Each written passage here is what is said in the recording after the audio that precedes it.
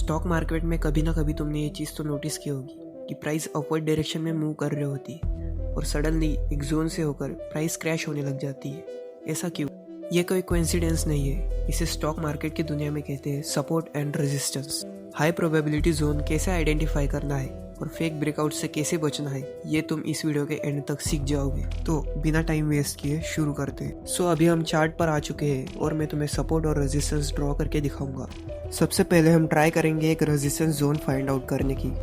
Okay, सो अभी मुझे एक रेजिस्टेंस जोन मिल चुका है जिसे मैं मार्क करके आपको दिखाता हूँ। आपको भी सेम इसी तरीके से रेजिस्टेंस एंड सपोर्ट जोन को मार्क करना है। एक चीज़ ध्यान में रखना कि सपोर्ट एंड रेजिस्टेंस हमेशा एक जोन में होते हैं, सो तुम्हें हमेशा उन्हें एक जोन में ही ड्रॉ करना पड़ेगा। बहुत सारे ट्रेडर्स सपोर्ट एंड रेजिस्टेंस ठीक से ड्रॉ नहीं कर पाते और वो एक कॉमन मिस्टेक करते हैं जो मैं तुम्हें आगे वीडियो में बताऊंगा कि क्यों बहुत सारे ट्रेडर्स फॉल्स ब्रेकआउट में फंस जाते हैं। और एक और बहुत ही ज़्यादा इंपॉर्टेंट चीज़ है स्टॉक मार्केट में जिसे कहते हैं टाइम फ्रेम।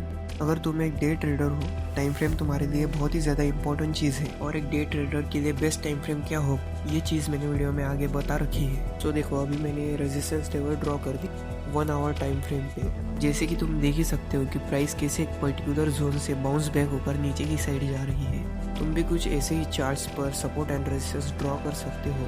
चलो तो आप बात कर लेते हैं कि डे ट्रेडर्स के लिए बेस्ट टाइम फ्रेम क्या होगा। तो देखो, डे ट्रेडर्स के लिए best time frame 1 hour and 4 hour होगा। 1 आवर और 4 आवर टाइम फ्रेम पे तुम जो भी support and resistance area draw करोगे वो बहुत ही ज़्यादा स्ट्रॉन्ग होगा। एक और बहुत ज़्यादा इंपॉर्टेंट चीज़ का ध्यान रखना कि सपोर्ट एंड रेजिस्टेंस कभी भी ट्रेड लाइन से ड्रॉ मत करना। सपोर्ट और रेजिस्टेंस हमेशा एक जोन में ड्रॉ किया जाता है। बहुत सारे बिगिनर से मिस्टेक करते हैं, बट तुम ये एक मिस्टेक मत करना। इससे बहुत ज़्यादा चांसेस है कि तुम्हारी जो स्ट्रेटजी है वो फेल हो सकती है या फिर तुम फॉल्स ब्रेकआउट में फंस सकते हो। सो अभी मैं तुम्हें चार्ट पर और अच्छे से सपोर्ट एरिया ड्रॉ करके दिखाता हूँ। ये देखो, मुझे मिल भी गया एक सपोर्ट एरिया। सो अभी मैं तुम्हें इसे मार्क करके दिखाता हूँ। यहाँ पर अगर तुम ठीक से देखोगे तो मार्केट जो है लिक्विडिटी स्वीप भी कर रहा है। तुम्हें नहीं पता है कि लिक्विडिटी स्वीप क्या होता है, तो तुम्हें बता दूं कि लिक्विडिटी स्वीप बेसिकली फ्यूल होता है मार्केट का, जो कि रिटेलर्स का स्टॉप लॉस हिट करके मार्केट को प्रॉफिट करता है। अगर तुम्हें लिक्विडिटी स्वीप के बारे में और डिटेल में जानना है तो कमेंट कर देना लिक्विडिटी स्वीप। वीडियो बना दूंगा जिसमें लिक्विडिटी स्वीप से कैसे बचा जाता है और इसे यूज कैसे करना है अपने प्रॉफिट के लिए, वो मैं तुम्हें उस वीडियो में बता दूंगा। सो तुम अभी चार्ट पर देख ही सकते हो कि मार्केट कैसे सपोर्ट एरिया से बार बार बाउंस बैक हो रहा है।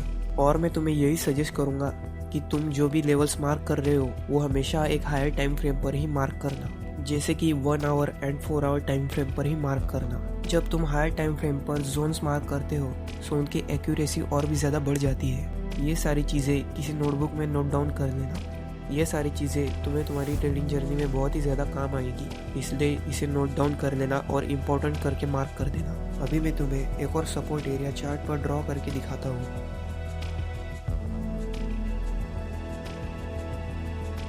सो ऐसे ही तुम सपोर्ट एरिया ड्रॉ कर सकते हो। हाई प्रोबेबिलिटी जोन्स भी तुम्हें हायर टाइम फ्रेम पर ही दिखेंगे, सो हायर टाइम फ्रेम पर ही तुम्हें मार्क करना है। सो अभी हम बात कर लेते हैं कि फेक ब्रेकआउट्स को कैसे अवॉइड करना है। फेक ब्रेकआउट को अवॉइड करने के लिए तुम्हें कंफर्मेशन का वेट करना है। देखो, जब भी कोई कैंडल सपोर्ट या रेजिस्टेंस एरिया के ऊपर या नीचे ब्रेकआउट देती है, तुम्हें वेट करना है नेक्स्ट कैंडल फॉर्म होने का। उसे तुम्हें एज ए कंफर्मेशन यूज करना है और तुम्हें वेट करना है कि कब प्राइस रीटेस्ट करती है सपोर्ट या रेजिस्टेंस एरिया को। उसके बाद ही तुम्हें अपनी एंट्री प्लान करनी है। और मैं तुम्हें एक और बात बता दूं कि जब भी सपोर्ट एंड रेजिस्टेंस ब्रेक होता है सो एक और नया सपोर्ट एंड रेजिस्टेंस क्रिएट होता है मार्केट में। सो तुम्हें उस चीज़ का भी ध्यान रखना होगा। मार्केट हमेशा एक ट्रेंड में मूव करता है, जैसे कि अप ट्रेंड, डाउन ट्रेंड या फिर sideways. Support and resistance area भी साइडवेज मार्केट में ही बनते हैं। अगर तुम इन सारी बातों को ध्यान में रखते हो तो तुम हाई प्रोबेबिलिटी जोन बहुत ही इजीली फाइंड कर सकते हो और फेक ब्रेकआउट से भी बच सकते हो। आई होप कि तुम्हें ये वीडियो इन्फॉर्मेटिव लगी होगी।